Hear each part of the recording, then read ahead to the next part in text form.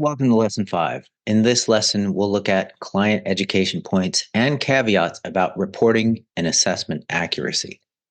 Before we get into the caveats and such, I want to go over the big picture of what's going on with metabolic adaptations to changes in energy balance. So, with an increase in total daily energy expenditure via caloric surplus and weight gain, we've got physiological, and behavioral changes that happen.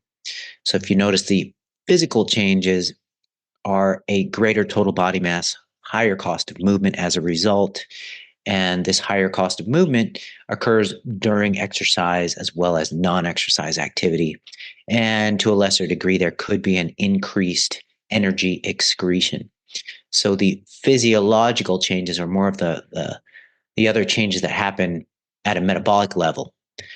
Are the increases in lean body mass result in a higher energy expenditure just by virtue of lean mass being metabolically active. And there's also a reduced appetite that happens alongside of increased weight gain and imposing a caloric surplus. There's still a top speed limiter on how much you can gain and how much you can eat. So the body fights against both weight gain as well as weight loss. Now, there's also behavioral changes that manifest as increased non-exercise activity thermogenesis, and also when you are in a caloric surplus, when you're bulking, there's a tendency towards a better mood, better motivation to train progressively. In contrast, okay, so with a decreased total daily energy expenditure via caloric deficit and weight loss, the physical changes are lower total body mass, lower energy cost of movement for both exercise and non-exercise activity. To a smaller degree, there's decreased energy excretion.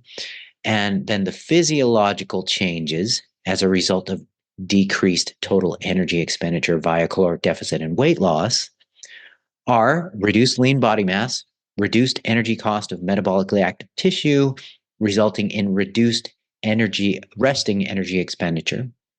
There is increased appetite, and we've got this phenomenon called adaptive thermoreduction, which is mistakenly referred to as adaptive thermogenesis, even in the literature. When I wrote the ISSN position stand on diets and body composition, I made sure to put the word adaptive thermoreduction in there, not adaptive thermogenesis, unless I was actually talking about increases in energy expenditure. But in the conversation about decreased energy expenditure, then we have to talk about adaptive thermoreduction. Okay, so adaptive thermoreduction, what underpins it is potentially a few things. So decreased sympathetic drive, decreased thyroid and or brown fat activity. And this results in resting energy expenditure decreases beyond that which can be attributed to losses in lean mass. So, another little note. Okay, I'm saying adaptive thermogenesis is often interchanged with adaptation in the literature. So when you see metabolic adaptation in the literature and the topic is what happens as a result of dieting, they're talking about adaptive thermoreduction. Okay, so let's talk about the core nature of how the body changes and how it runs into periodic plateaus. So it's important to educate clients from the outset on how metabolic adaptation is a normal survival function. It's not necessarily a bad thing. So when you run into genuine, equilibrium, you run into a progress plateau, that's just the body doing its job to survive.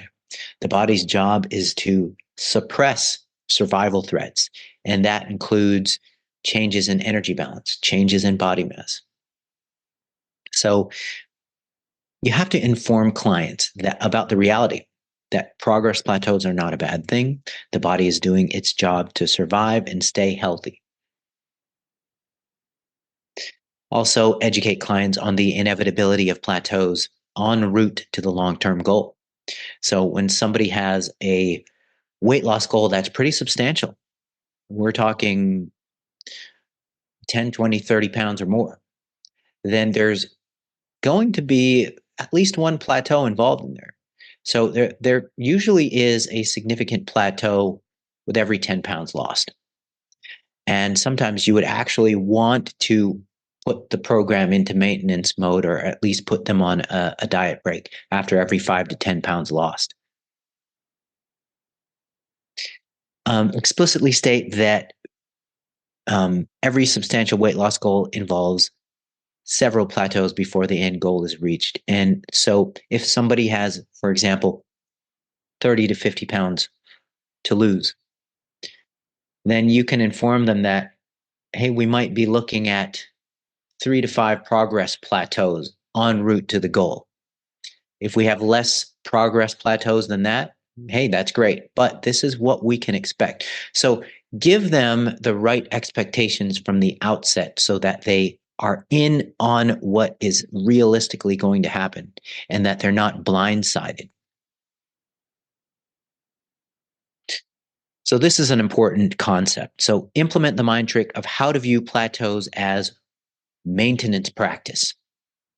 So instead of viewing plateaus as this bad thing where the program came to a halt and now it's time to look for the next fad diet or the next fad protocol, look at plateaus. Teach your clients that plateaus are really nothing more than an opportunity to practice maintenance. So these are maintenance practice periods that we are going to purposely engage.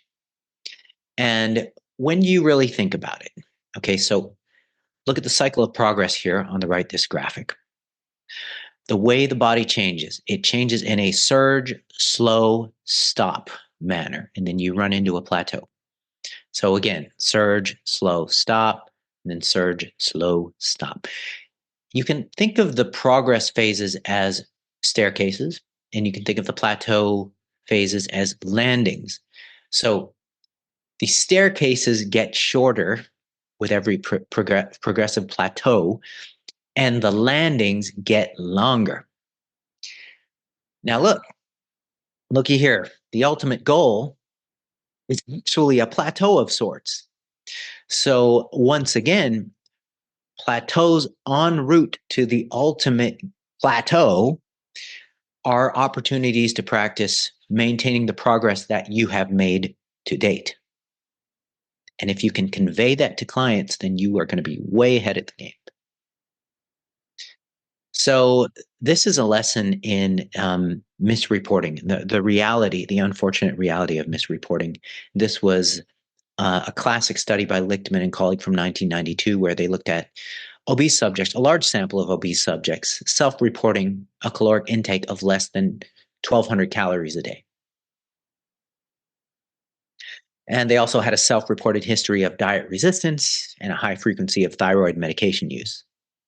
So they used the doubly labeled water method, which is an objective method for assessing total daily energy expenditure. And this is what they found. So self-reported energy intake during the study period was a little over 1,000 calories a day, so 1,028 calories a day. That was their self-reported energy intake of the subjects.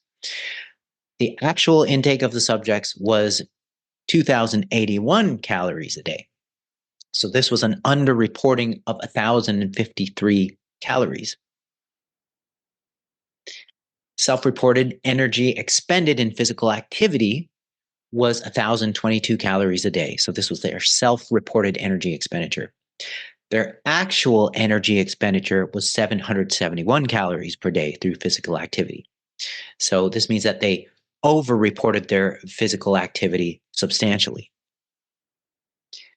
So ultimately, what Lichtman and colleagues found with this sample of subjects with obesity and a reported history of diet resistance, what they found was that their intake was underreported by 47%, and their physical activity was overreported by 51%. So the total caloric discrepancy, in other words, the reporting error of intake and output combined, was 1,304 calories. that were misreported. And this, unfortunately, is a common phenomenon amongst the general public. They just really, they don't intend to misreport. They don't intend to drastically underreport, like in this case, it was a 47% underreporting of calories. But this is the reality of people's unawareness of how to objectively and accurately track and report intake and output for that matter. So this is just a reminder that body weight does not necessarily equal body composition, and the reading on the body weight scale becomes progressively less meaningful as body composition improves. So you have to make sure that the proper assessments are made before assuming that a plateau has been reached.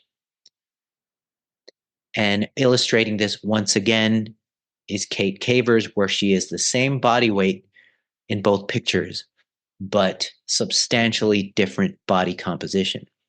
So you cannot simply assume that somebody has reached a progress plateau just because their weight is staying the same. You have to pretty rigorously assess whether changes are happening in fat mass and lean mass. And you can do that through a number of ways, but you have to be rigorous about it. You can't just simply assume that, okay, body weight's the same. Well, they must just be staying the same. You have to assess through various devices that are available, various body composition assessments, whether it's something simple like girth measurements, or whether it's something more complex and sophisticated like bioelectrical impedance or dual X-ray absorptiometry. You have to assess and sometimes get a second opinion of what's going on. And use pictures, use vids, whatever it takes to objectively assess what's going on if weight is staying stable.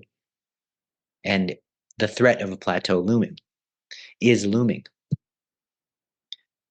Okay, so we finished lesson 5. Lesson 6 is going to be nitty-gritty stuff, program adjustments. And I will see you back on the final lesson.